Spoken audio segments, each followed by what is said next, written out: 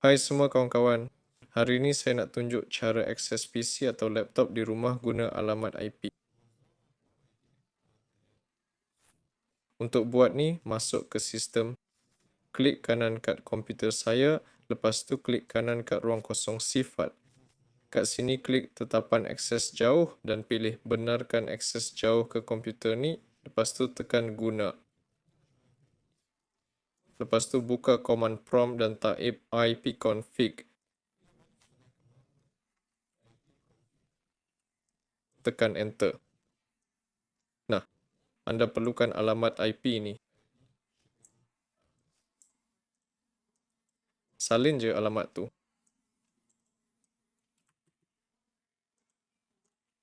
Orang yang nak sambung ke PC, anda kena buka remote desktop, masukkan alamat IP tadi dan klik sambung.